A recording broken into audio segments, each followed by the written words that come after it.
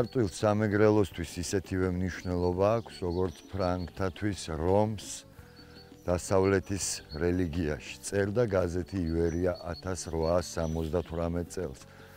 და ეს მართლაც ასეც არის. ეს არის სწორედ ადგილი, საიდანაც დაიწყო ქრისტიანობის გავრცელება სამეგრელოში.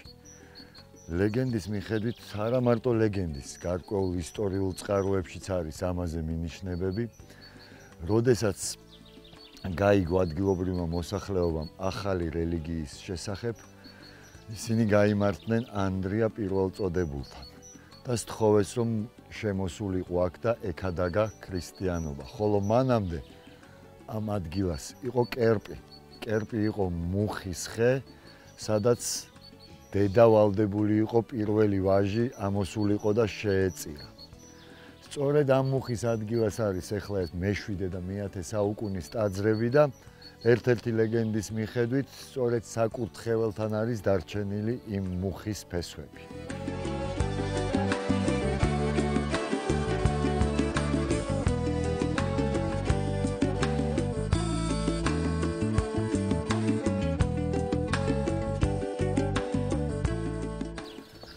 რაც შეეხება სიტყვა მარტვილის ეტიმოლოგიას, აქ ორნაირი ვერსია მუსირებს და ორივე ისევ და ისევ ლეგენდის დონეზე. ერთი ვერსიით ლათინური ძირი აქვს ამ სიტყვას და ნიშნავს წამებულს, ხოლო მეორე ვერსიით თუ დავეყრდნობით მეგრულ ძირს, ნიშნავს მემოუკალი. ოღონდ უფრო მუსირებს ლათინურის ვერსია. რამე თუ ალბათ არ უნდათ კერპთაყვანისმცემლური წარსულის გახსენება. როდესაც ვიკითხე რა დაემართა მუხას, რომელიც ამ ადგილას იდგა, მანდაც რამდენიმე ლეგენდა მოყვან. ერთი ლეგენდის მიხედვით ქადაგების შემდეგ მას მეხი დაეცა, ხოლო მეორე ვერსიით ხელი დაუტყია ანდრია პირველწოდებულს და წაქცეულა, მაგრამ ეს ამბავი ზუსტად არავინ იცის.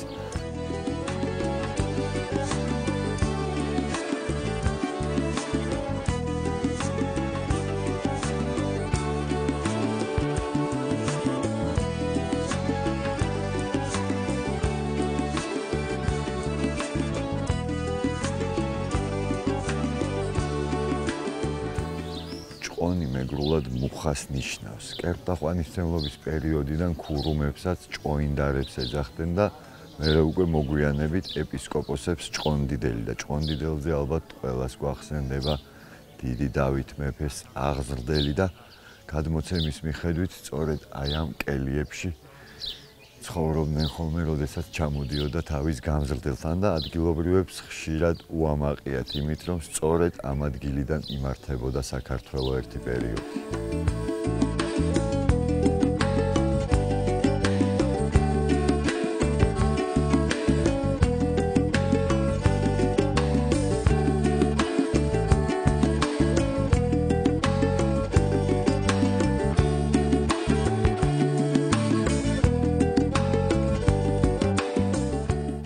ამ ადგილებშია გადაღებული მაცი-ხვიტია, თუ გახსოვთ ცხენის მოპარვის სცენა და გადაღებებს რაც შეეხება, ეგ თემა რო ამოვწუროთ, რეკორდიც მარტვილის რაიონშია გადაღებული. რაც შეეხება თვითონ აი ამ ადგილებს, როგორც ადგილობრივები ყვებიან 90-იანებში, ეს იყო მიგდებული, აი ამ შენობის ნაცვლად იყო გაპარტახებული, ნახევრად აშენებული შენობა, რომელიც იყო ფაქტიურად ტუალეტად ქცეული. და ძალიან სასიხარულოა, რომ დღეს არის ერთ-ერთი ადგილი, სადაც ამოყავთ და სტუმრებს ათვალიერებინებენ, უკვე იმდენად კარგად არის აქ ყველაფერი გაკეთებული.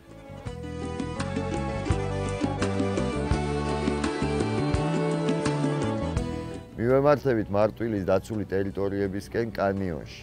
გავიკითხეთ და ყველაზე ხელსაყრელი ადგილი, სადაც შეგიძლიათ გზად შემოიაროთ, წაიხემსოთ, ყავა დაალიოთ ან თუნდაც საგზალი იყიდოთ, არის სავაჭრო ცენტრი ბუმი მარტვილის ცენტრში. და რაც ყველაზე მთავარია, აქ დაგეხმარებიან ნებისმიერი სახის ტურის დაგეგმვაში, რაც შეეხება ამ ტერიტორიებს. იქნება ეს კემპინგი, იქნება ეს ეკოტური თუ ნებისმიერი სახის ტურისტულ მომსახურებას გაგიწევენ მაღალ პროფესიონალურ დონეზე.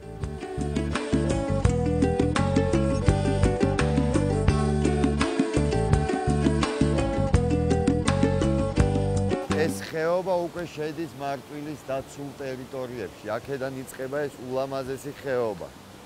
და ბეწვის ხიდი, ხიდები ჩემი სისუსტეა, ჩემი ცხოვრებაც ბეწვის ხიდია.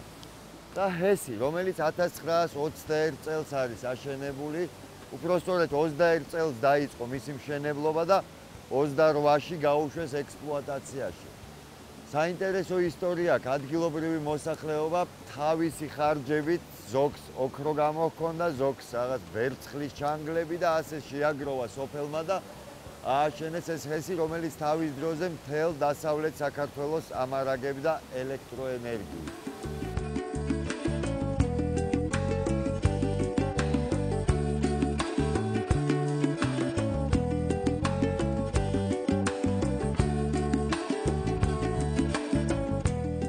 ამ პლატინიდან მიეწოდება წყალი ელექტროსადგურს და როდესაც საუბარი მიდის ხოლმე გიგანტური გესების მშენებლობაზე, მე მგონი აჯობებს, რომ ესეთი პატარა გესები იყოს, უფრო მეტი რამე თუ ნაკლებს აფრთხეს უქმნის ეკოლოგიას. თუმცა ამაზე ჩემზე უფრო კომპეტენტური ხალხი იზრუნებს, იმედი მაქვს.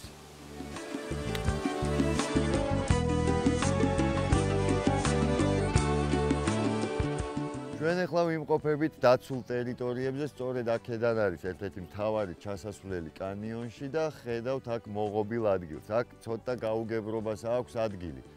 რამე თუ ადგილობრივ მოსახლეობას ეს მიწები აქვს დაკანონებული, ამ დროს გამოცხადა დაცულ ტერიტორიებად და ხედავთ, რომ საკმაოდ უმსგავსოდ არის აქ. მე მინახავს თუშეთში, ლაგოდეხში დაცული ტერიტორიის ცენტრები და კარგი იქნებოდა, რომ აქაც მსგავსი კეთილმოწყობილი ადგილი ყოფილიყო, მაგრამ სამწუხაროდ ხედავთ რა დღეშია აქაურობა.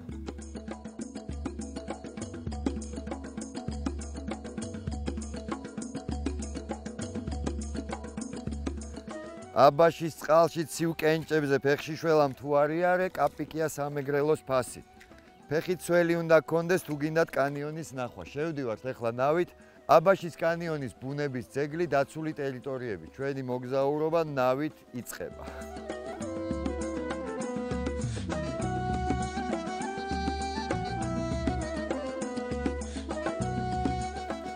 თუ გსურთ ნავით გასეირნება, ადგილობრივი მოსახლეების სიამოვნებით შემოგთავაზებენ ამ სერვისს და შეგიძლიათ ესეთი დაუვიწყარი ტრიპი მოიწყოთ აბაშის კანიონში.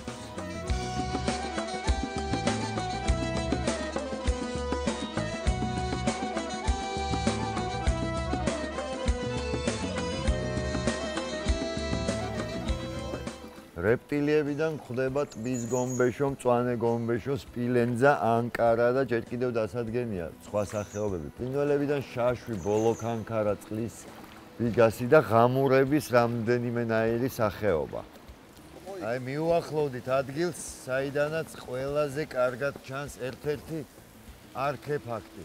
თუ კარგად დააკვირდებით, თავის ქალის ამ ნაწილზე მე ჯვარი მწერია, ამტვრეული აქვს პატარა ძვლის ფრაგმენტი, რომელიც წაღებულია ლონდონში კვლევებზე, რაც ზუსტად დაამტკიცებს და თუ კარგად დააკვირდებით, რაღაცით მაგონებს ფილმის პერსონაჟს, თუ გახსოვთ, საშინელებათა ფილმია უცხო. მაგრამ აი ძალიან ნათლად იკითხება, მთლიანად თავის ქალა და კბილები. მერე ქვევით, აი ეს ღარი რომ არის, აქაც საძვალეა ძალიან ცნობილი, აქეთ მხარეს, იქიდანაც წაიღეს არქეფაქტები. იქიდანაც წაიღეს არქეფაქტები ლონდონში და ეხლა მიმდინარეობს კვლევა.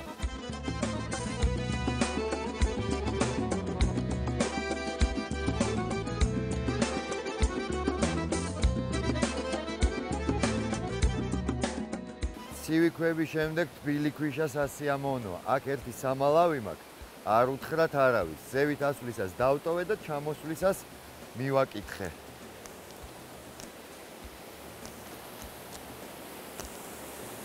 ჯობი არა მე წყაროში ჩაციებულ ხევს სრულს არა მგონია.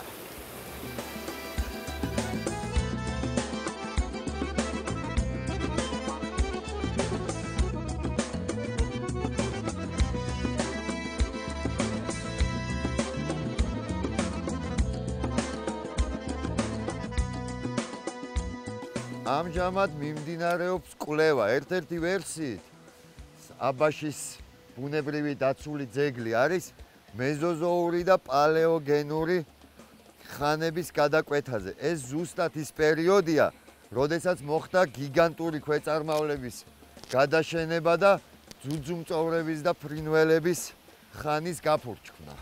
აქ მრავლად არის გიგანტური ქვეწარმავლების ნარჩენები, უпростоრედ კლდეზეა აღბეჭდილი სხვადასხვა ფრაგმენტები, მალის, ქვედაყბის. ჩემი მოგვარის ვასო გაბუნიას ვერსიით, აქ არის ნაპოვნი მოლუსკის სახელად ნაუტილიუსი, რომელიც ბინადრობს მხოლოდ ტროპიკული ოკეანეების სიღრმეებში. აი აქ არის ფრაგმენტი სავარაუდოდ ზღვის გადაშენებული ქვეწარმავლის მეზოზავრის ფრაგმენტი. არ ვიცი რამდენად იკითხება კამერაში, მაგრამ აი აქ ძალიან ნათლად ჩანს. აი ეს არის ცხვირის წაგრძელება აქამდე, აქ თვალის ფოსოა, აი ფაქტური სულ სხვადასხვაა და აი აქ არის მისი ხერხემლის მალის ნაწილი.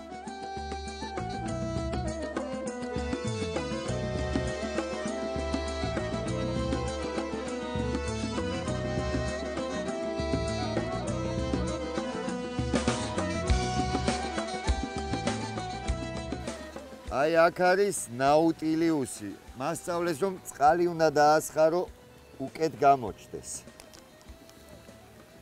აი სწორედ ეს არის ნაუტილიუსი, როგორც ხედავთ, აი რაღაც მარგალიტის ნიჟარის მსგავსი ფორმა აქვს. და კიდევ ერთხელ გეტყვით, რომ ჩემი მოგვარის მტკიცებით ეს მხოლოდ ტროპიკული ოკეანეების ფსკერზე ბუდობს. ძალიან მისტიურია იმის წარმოდგენა, რომ ოდესღაც აქ ოკეანის ფსკერი იყო. აი ჩემმა მარჯანმაც ფერი იცვალა ამის გახსენებაზე.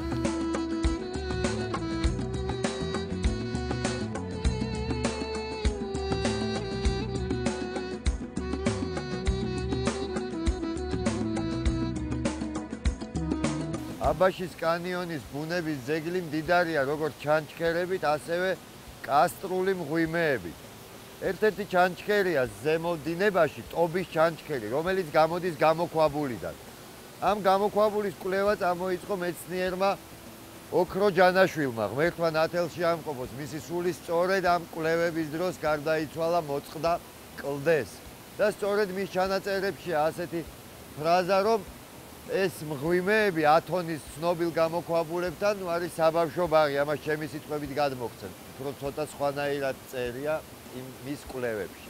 არსებობს რუკაც, რომელიც დაუმთავრებელია და ალბათ დაცული ტერიტორიები განაგრძობენ კვლევას.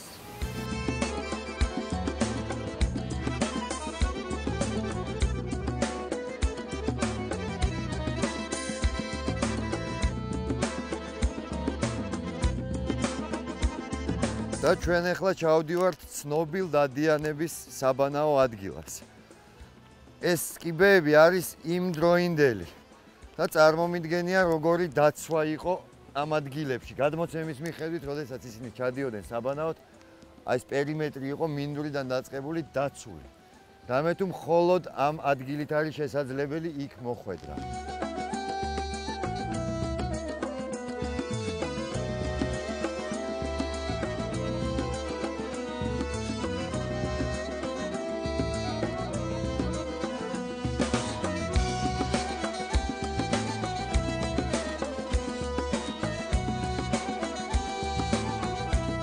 ესეც ცნობილი დადიანების საბანაო.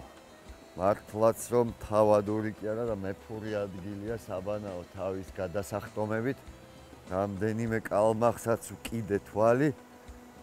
აქ იქნება სიღრმე 1-2 მეტრი, ალბათ აქედან ხტებოდნენ. 80-იან წლებში გაუკეთებიათ ლიფტი. პირდაპირ ჩამოდიოდა, ხოთ უკვე აღარა დადიანებისთვის, ალბათ ძლიერთათვის ამა ქვეყნისა, მაშინ კომუნისტური პარტიის თუ ცეკას წევრები ვარ დაღლილი იყვნენ, მაგრამ სამწუხაროდ ვერ მოესწრო და 90-იანებში დაჭრეს და ჯართად გაყიდეს.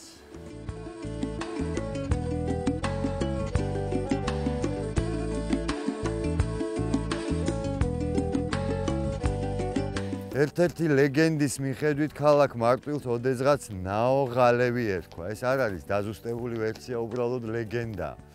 ლეგენდა უკავშირდება იმას, რომ სწორედ აი ამ ქვის კარიერებიდან, აი ეს და მეორე კარიერი აქედან ეზიდებოდნენ ქვას ქალაქის და ტაძრის ასაშენებლად. ძირი არის ოღალე, რაც ნიშნავს წაღებას ან ღელეს. და ლეგენდის მიხედვით, როგორც თქვი, იყო ცოცხალი ჯაჭვი, რომელიც კონვეიერის სისტემით აწვდიდნენ ერთმანეთს ქვებს და ასე შენდებოდა ქალაქი და ტაძარიც.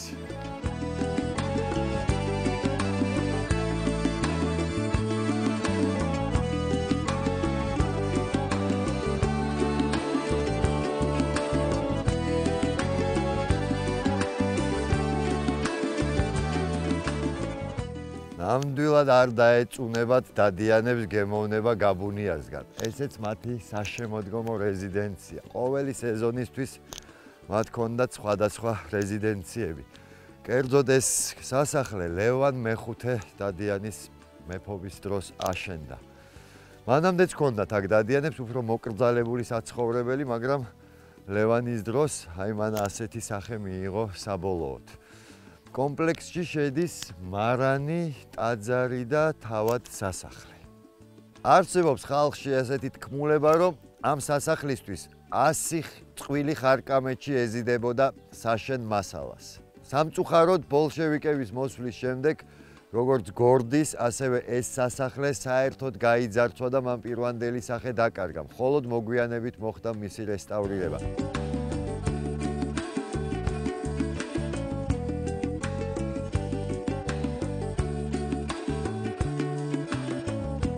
და ესეც ცნობილი ლევან დადიანის მარანი. სიგრძით არის 35 მეტრი, ხოლო სიგანე 10 მეტრი. ძალიან საინტერესო რიტუალი იყო, როგორც ყვებიან რთველის დროს, თურმე ასე ხდებოდა. პირდაპირ ფანჯრები დაყრიდნენ ნაყოფს, აქ ქვემოთ არის აგურის იატაკი და გაკეთებულია ნასვრეტები, საიდანაც ქვემოთ ჩაედინებოდა ეს ღვინო, ხოლო აქ გროვდებოდა ჭაჭა, რომელსაც მერე ცალკე განკუთვნილ ორმოებში ყრიდნენ. და საერთოდ ვაზს ძალიან დიდ პატივს სცემდნენ. ერთ-ერთი ლეგენდის მიხედვით თვითონ მთავარი სასახლე გაიძარცვა და აღარ არსებობს დღესდღეობით, მაგრამ ერთ-ერთი გადმოცემის მიხედვით მთავარ დარბაზში ქვემოთ იყო უდიდესი ქვევრი, ზემოდან ბუხარი და ბუხრის თავზე ბახუსის ქანდაკება. იქ ხდებოდა ხოლმე მთელი დროსტარება და კეიფები. ლევან დადიანი ამით ცნობილი იყო.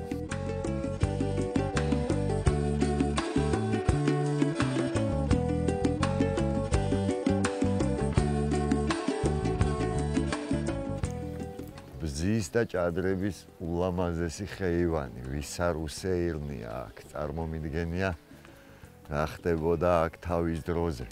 და პირველ რიგში რითიც არის ცნობილი ეს ადგილები, რომ მხოლოდ აქ იზრდება უნიკალური ჯიშის ვაზი ოჯალეში, რომელიც თავის დროზე საფრანგეთიდან ჩამოიტანეს და ძალიან მოუხდა აქაური კლიმატი და როგორც მხოლოდ აი ამ მთის ფერდობებზე და აი ამ მიდამოებში მოდის ეს ვაზის ჯიში. არსებობს ეგეთი ლეგენდაც, რომ ცნობილი ჯიში უსახელაური სტალინი რო სვამდა და რომელიც ცაგერში იზრდება, სწორედ ლევან დადიანმა აჩუქა ლეჩხუმის მმართველს.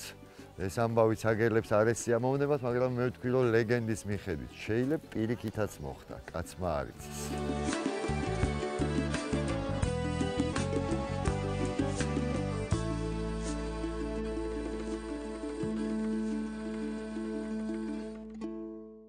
ჩვენი დღევანდელი გადაცემის სტუმარია ჩემი ცოლის მთავარი დაქალი. იმედია მაპატიებთ ამ ფამილიარული გამოთქმისთვის. მსახიობი ანი ყებუჩავა, მარტვილის რაიონი. რა გახსოვს ბავშვობიდან? მოგვიყევით სოფელზე. ყველაფერი მახსოვს. აი, პირველად ჩავედით, ჯერ ისე ბუნდოვნად ბებიები და ისინი რო არიან და სოფელიო რაღაცა მაინც გეგოიმება და მე რო ჩავედით, დღემდე არ ვიცი რა უნდა შემომთავაზო. მახსოვს რომ ყველანი ჩემი ბიძაშვილები ცხოვრობენ პირდაპირ მეგობრები გარშემო და რომ ვიკრიბებით არის ძალიან დიდი სამეგობრო წრე, ძალიან დიდი ეზო, დინარე და ზღვის რეჟიმით დილით გარუჯვაშიო დღეს პიპონგი, საღამოს გარუჯვა და ძალიან სპეცკორიტოს უკან გვაქვს ხოლმე. ჩემი ბიძაშვილი თან დიჯეია და იქ აპარატურას უწამოიღებს ის ოცნებას იქ იხდენს ხოლმე და სერიოზული ფართები გვაქვს ხოლმე აბაშაში. სხვა მხარისგან რითი გამოარჩევდი სამეგრელოს? ალბათ ყველგან ხარ ნამყოფი საქართველოში. არა ვარ სამწუხაროდ ყველგან, მე საშინლად ვერ ვიტან მგზავრობას. და მარტოს რაც შეეხება ჩემდა სამწუხაროდ უნდა აღვნიშნო რომ რაც მე მიყვარს სამეგრელო და გიორგი ლიფონოვას კლიპი ვნახე სამარცხვინოდ ჩემდა ბოდიში მაშინ გავიგე ამ მების შესახებ რა ამ კანიონების და ესეთ სილამაზე რო არსებობდა თუმცა ყოველთვის რო ჩავდიოდი იქ მეზობლები პატიჟებდნენ რომ წავიდეთ მარტულში წავიდეთ და იმენ შორს არის სამეგრელო იქ რო ჩავდიოდი ერთი კვირა მარტო აზზე მოსასვლელად მინდოდა და აი იქიდან უკვე არსად აღარ მინდოდა წასვლა მინდოდა რომ ყოფილიყავი იქ და ჰამაკში და მდინარეზე და უფრო პასიური დასვენება ხო და აქიდან გამომდინარე ძალიან ბევრ ადგილებში არ ვარ ნამყოფი მაგრამ არ ვიცი ხა ვერ ვიქნები ისეთი რა აბაშა ჩემთვის ძალიან სხვა რაღაცა არის აი მახსოვს რომ ძალიან დიდი ხნის მე რაღაცა პერიოდი ვერ ჩავედით და მახსოვს რომ მარტო ვიყავი ალბათ ვირუჯებოდი საღამო არის ეხლა ძალიან სასაცილოა ესეთი ბუნებები არსებობს გარშემო რომ სვანები და რაჭა და ის მაგრამ ნუ ყველას თავისი უყვარს და საღამოს დინარეზე ვიყავი და ერთადერთი გავიფიქრე რომ ალბათ თუ ვინმე კითხავს რომ სად გინდა რომ დაიმარხო რომ გარდაიცვლებ და სად იქნება შენთვის სამოთხე აი იმ მომენტში ვიყავი საოცრებად ძალიან მიყვარს აი შემიძლია არ მბეზდება არასოდეს თვეობით მივდივარ და იქ ვჩები და რა ვიცი გურიაშიც დავდივართ იქაც მაგრამ იქ მაინც სხვა რაღაცა არის რა ვიცი რითი განსხვავდება ვერ გეტყვი ხო ამბავია თუ კი მამა ჩემი ყვება ხოლმე მე პატარა ვიყავ ხა მე ეგეთი სიყვარული მაშინ არ მესმოდა უბრალოდ ჩავდიოდით და კარგ დროს ვატარებდი ბავშვები და რომ ჩავდივარ ხოლმე მე გამბოტყდა ერთხელ რომ სულ მანქანას ვშყინებდა რაღაცეებს და იქ მართლა მანქანას კი არ ვჭყინებ იქ ბალავზე ვწვევი და უყვარს იქაურობა სიგიშემდე და ესეც კი ანტიკურია ალბათ რა აი ბავშვობის და ეხლანდელი აღქმა შენი იქაურობის ზომები ბავშვობის ხო გახსოვს სახლი ალბათ დიდი გეჩვენებოდა ის ტყეც აი ეგ შეგრძნებები მაინტერესებს ხოლმე ყველას ვეკითხები იქ როგორ არის ძალიან დიდი ეზოა და ეს არის ყველაზე ისეთი კულტურა და სამარიაჟო ასე ვთქვათ ერთმანეთში და ჩვენ ძალიან დიდი ეზოა და არის სახლი ეს ხის სახლი და შემდეგ კიდე მას სამზარეულოს ეძახიან რა ის ცალკე და ეს ყველაფერი ბავშვობაში იყო ძალიან ბუნდოვანი იმიტომ რომ ის ხო ხის სახლია ცოტა უფრო მუქია ის სამზარეულო უფრო რაღაცა ისეთია ნაკლებად განათებული იყო უფრო ბუნდოვანი და უფრო ჩაბნელებული და მეცაიდუმლო სინახავდა ხო აი რაღაცა ისეთი იყო რა აი რაღაცები მახსოვს ძალიან მისტიურად და ბუნდოვნად და მახსოვს ჩემები გარშემო ყველანი ფეხბურთელები არიან და იქ რო ჩადიოდნენ მე ჰამაკში ვიჭიქავდი და ისინი ფეხბურთს თამაშობდნენ და ხოცავდნენ ერთმანეთს და ეგ ტრადიცია დღემდე გრძელდება და ეხლა რო ჩავდივარ ეს ზუსტად იგივე ალბათ მაგიტომაც მეყვარს იქ რო ჩავდივარ აი ბავშვი ვარ და მავიწყდება ყველაფერი ის რაღაცა ზედმეტი წონა თუ მაკიაჟი ყველაფერი პრობლემა ალბათ მთელი მაგის მუღამი ეგ არის რა albათ სოფლის რომ ჩადიხარ შენ ხარ ბავშვი და მაგიტო ისვენებ ყველაზე მაგრად ჩადიხარ შენ ბავშვობაში და ბრუნდები ნებისმიერ დროს ალბათ ყველაზე კაი გასაქცევი ადგილია კარგია თუ არ არის გასაქცევი საერთოდ არ გჭირს გასაქცევად საქმე მაგრამ არ გაქვს მაგრამ მე ვიცი რომ ბავშვობის მხარე რაღაც შენი პოპულარობას გაზრდასთან კავშირშია და გაიხსენე ეგ ისტორია ეს ძალიან სასაცილო ისტორია არის მაშინ იყო სახლის ძველობანში რომ სერიალი გადიოდა ძალიან პოპულარული იყო და რა თქმა უნდა ყველა ზაფხულს რაღაცებს გავდნენ იქ დადიოდნენ ბავშვები გვერდზე სოფელში უფრო ისე შემოქმედებით ჩვენ თბილისელები ზარმაცები ჩავდიოდით მარტო გოროვდით ხოლმე მდინარეზე და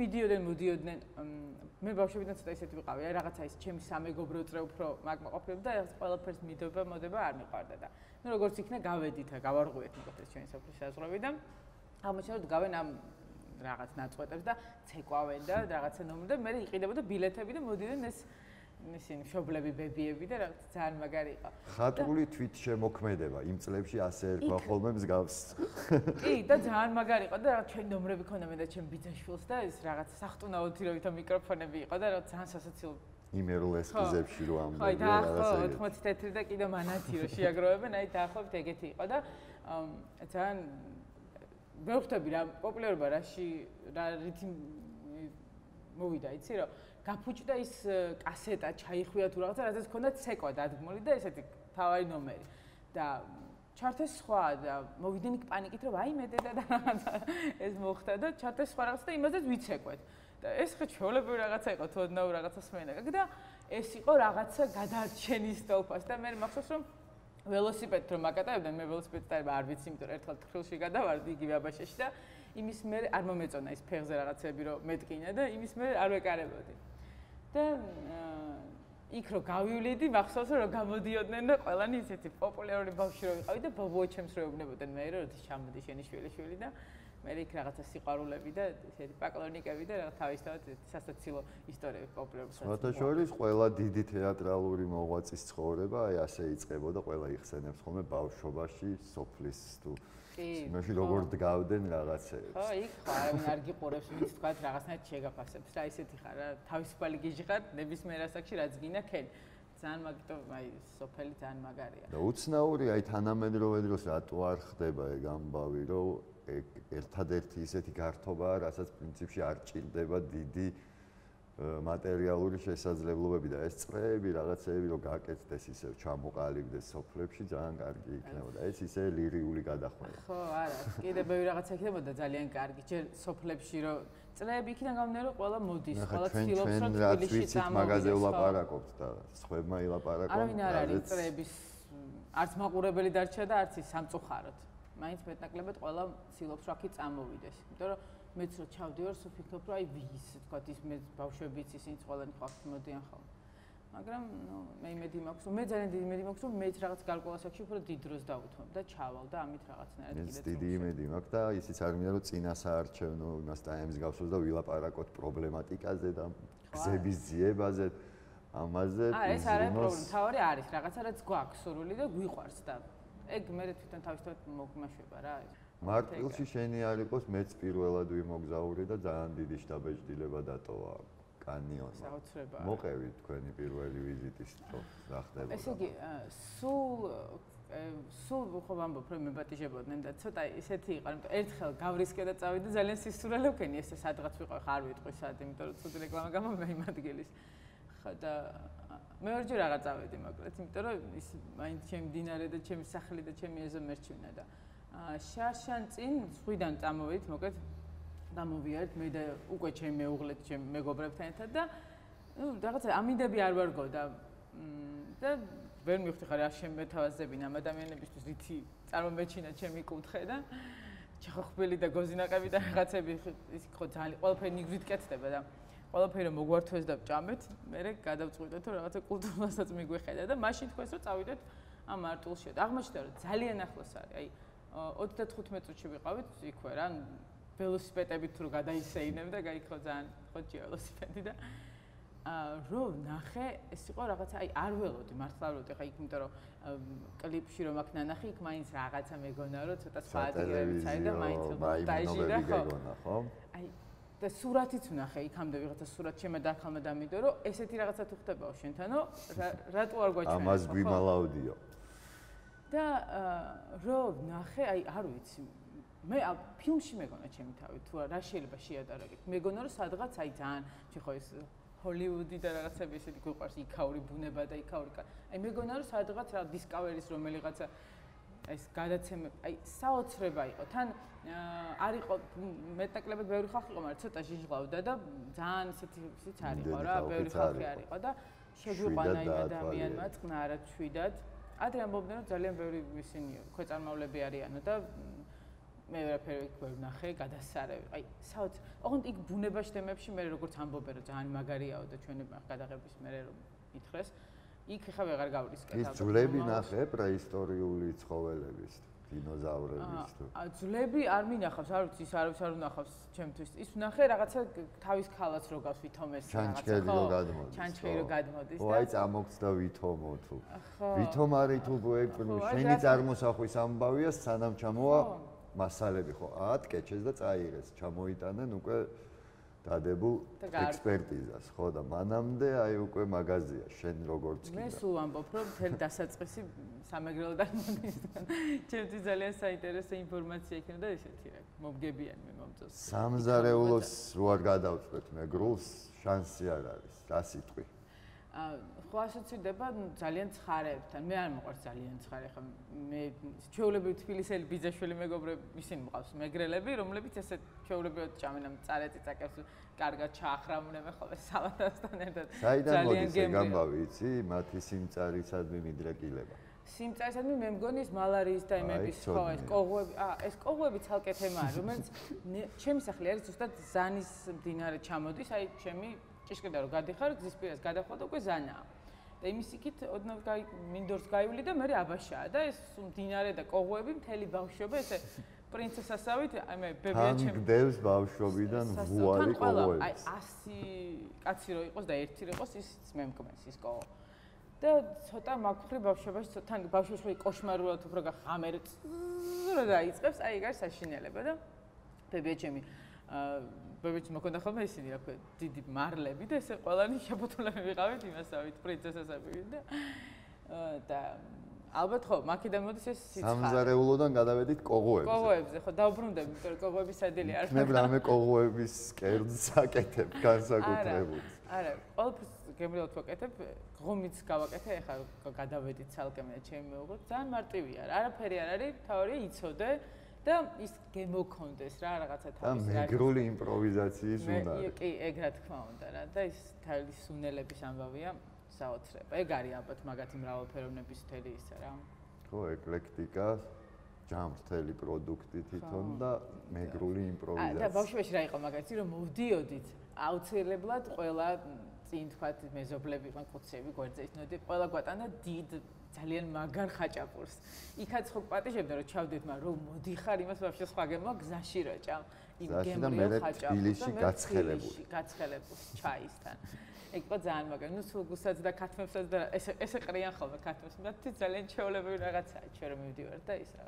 9 კილოიანი ბიომომეცნიერად რეკლამას ვაკეთებ. ზოგადად მოგზაურობაზე რა სიტყვით ცოტა ხანი დავივიწყოთ სამეგრელო. მოგზაურობაზე აი ეგ არის ძალიან ანუ სურვილი მაქვს ძალიან დროც პრობლემაა. ალბათ ეხლა უფრო პრობლემა გახდება, იმიტომ რომ ბავშვი მეცინა და ეხლა ხვდები რომ ყველაფერი უკვე სხვანაირად უნდა გადაეწყოს. არ გვინდა ეს წუწუნი აისახება ერის დემოგრაფიულ მდგომარეობაზე. პირიქით რა გააჩინეთ ბავშვები და იმოგზაურეთ. კი, ბავშვებთან ერთად. ჯერ ცოტა ხანი. კი, არა, დადის უკვე ჩვენთან ტოსოკვებზე ერთი თვის არის და დაიწყო.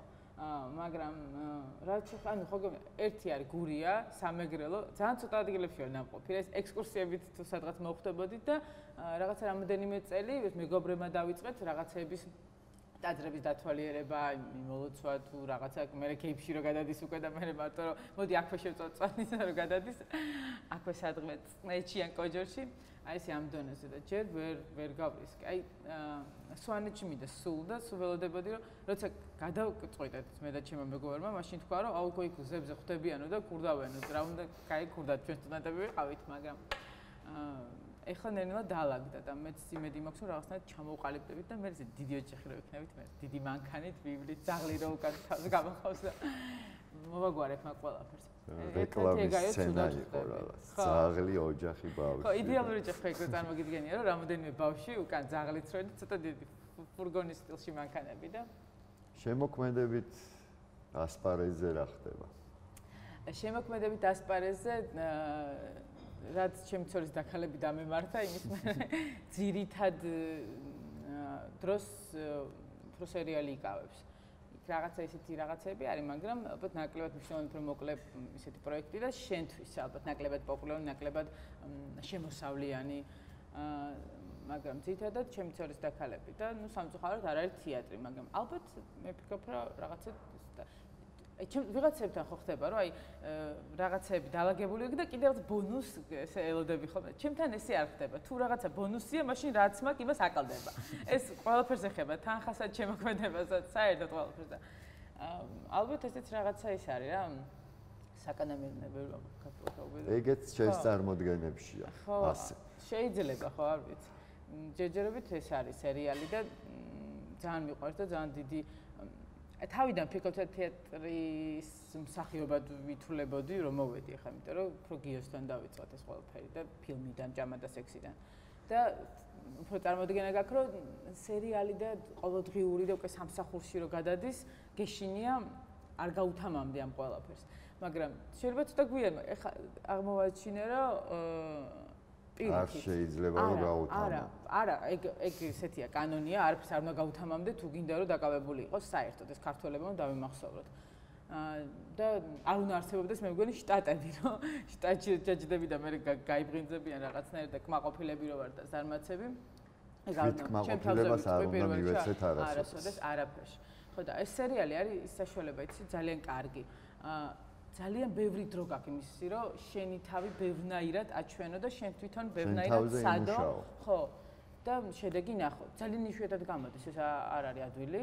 რამოდენიმე შემიძლია თქვა, რომ აი მithkoms რა, yes, რა მაგარი იყო, გამოვიდა. ის რაც მე მინდოდა, ხა ის ამდენ სწორად ჩავიფიქრებ, ვთქვა იცის, მაგრამ ის რაც მე მინდოდა, რომ გამოვიდა რა და ეს დიდი დრო, ჩვენ ხო ძირითადად ეგვინა, აი დიდი საეთერო დრო არავის არ აქვს. და ძალიან დიდი გამოცდილება, რაც გაძლევს კამერის წინ დგომა და რაც სხვათა შორის თეატრის მსახიობებს აკლიათ და ამიტომ ნუ იწუწუნებ. არა. პირიქით ეს არის ძალიან კაი გამოცდილება, ნუ ჩემი აზრით ყოველ შემთხვევაში. არა, გეთანხმებით. ეგ ის არის რაღაცა უფრო საკუთარ ეს აღმოჩენა გავაკეთე ამდენი ხნის მერე, რომ უბრალოდ ეს არის ძალიან დიდი პლუსი და არა ის რომ საშიში რაღაცა რომ არ გაუთამამდე, იმიტომ რომ ადამიანი ესეთი მე მასწავლებლებს რომ ვარჩევდი, სულ ინგლისურში რომ მზადები და ასაკი რო გაქვს, სულ ამბობდი რომ ისეთი მკაცრი უნდა იყოს, რომ მეშინოდა თქვა რა სისულელია. ნებით ისწავლე შენ თვითონ ხო? და სულ მეშინია რომ რაღაც არ გაუთამამდე, იმიტომ რომ ალბათ ისეთი ჩემი ხასიათიდან გამომდინარე, ვიცი რომ შეიძლება მე მაინც ესე რაღაცა იყვება მე თითქოს. და ისე სადი მოგზაურებდი შენინება რო იყოს. ესე იგი მე ვარ ერთადერთი შინაური ქართველი, როგორც ცხოველი შინაურები ქართველი, ნათესავში, რომელიც ცხოვრობს საქართველოში. ჩემი დედაშვილი ძალიან დიდი ხანია იტალიაშია, ეხლა რომშია. ჩემი ბიძაშვილები ლონდონში ცხოვრობენ. ბიძაჩემი ძალიან ცოტა ხანია ჩამოვიდა და ყველას უკვის, იმიტომ ეს ხო ბუმია, რომ ყველა საზოგადოებრივ მიდის და ყველა იქ არის და მთელი ჩემი სტუდენტობის წადი, რატო არ მიდის, ყველა მაგას მაკრიტიკებდა. რო გითხრა ხა სტუდენტობის დროს ძალიან დიდი პატრიოტი ვიყავი და აი საქართველოს ალბათ არა მოვიტყვები, იმიტომ რომ პატრიოტობა ესე უცებ რაღაც ასაკში არ მოდის, იმიტომ რომ პატრიოტი უნდა იყოს რაღაც ამას თავის დრო უნდა. უბრალოდ არ მინდოდა რომ ჯერ აქ მექნა რაღაცა, იმიტომ რომ მე რაღაცა უნდა გაბრუნებდეს თორე. პირველ რიგში ძალიან მინდა რომ შევიდე. აი ყველაზე მეტად თავისთავად რომ იაკო იქ არის და ნახვა მინდა, მაგრამ იტალია და ეს იტალიური სამზარეულო და ეს მათი ტემპერამენტი და ეს რაღაცნაირები რო არიან, ხელით რო ლაპარაკობ, ენა რო ვაფშე არ გინდა. ძალიან და შემდეგ აი ნუ მე ლონდონის თავის ინგლისი ვაფშე სხვა რაღაცაა და ეს თავის კულტურა და ნელ-ნელა ალბათ ეხლა ვაპირებდი ზამთარში წასვლას, მაგრამ რა ვიცი, ძალიან დიდი მოცელი მქონდა მაგისთვის და ვერ გავრისკეთ. თორე ნელ-ნელა ალბათ უფრო იტალიით დავიწყებთ რა. შემოქმედებითმა ხალხმა შეიძლება მხოლოდ ჩვენ პრობლემებზე ვისაუბროთ. დიდი მადლობა კიდევ ერთხელ მობრძანებისთვის, ძალიან კარგი საუბარი გამოგვივიდა. მადლობა. კარგად ბრძანდებოდეთ.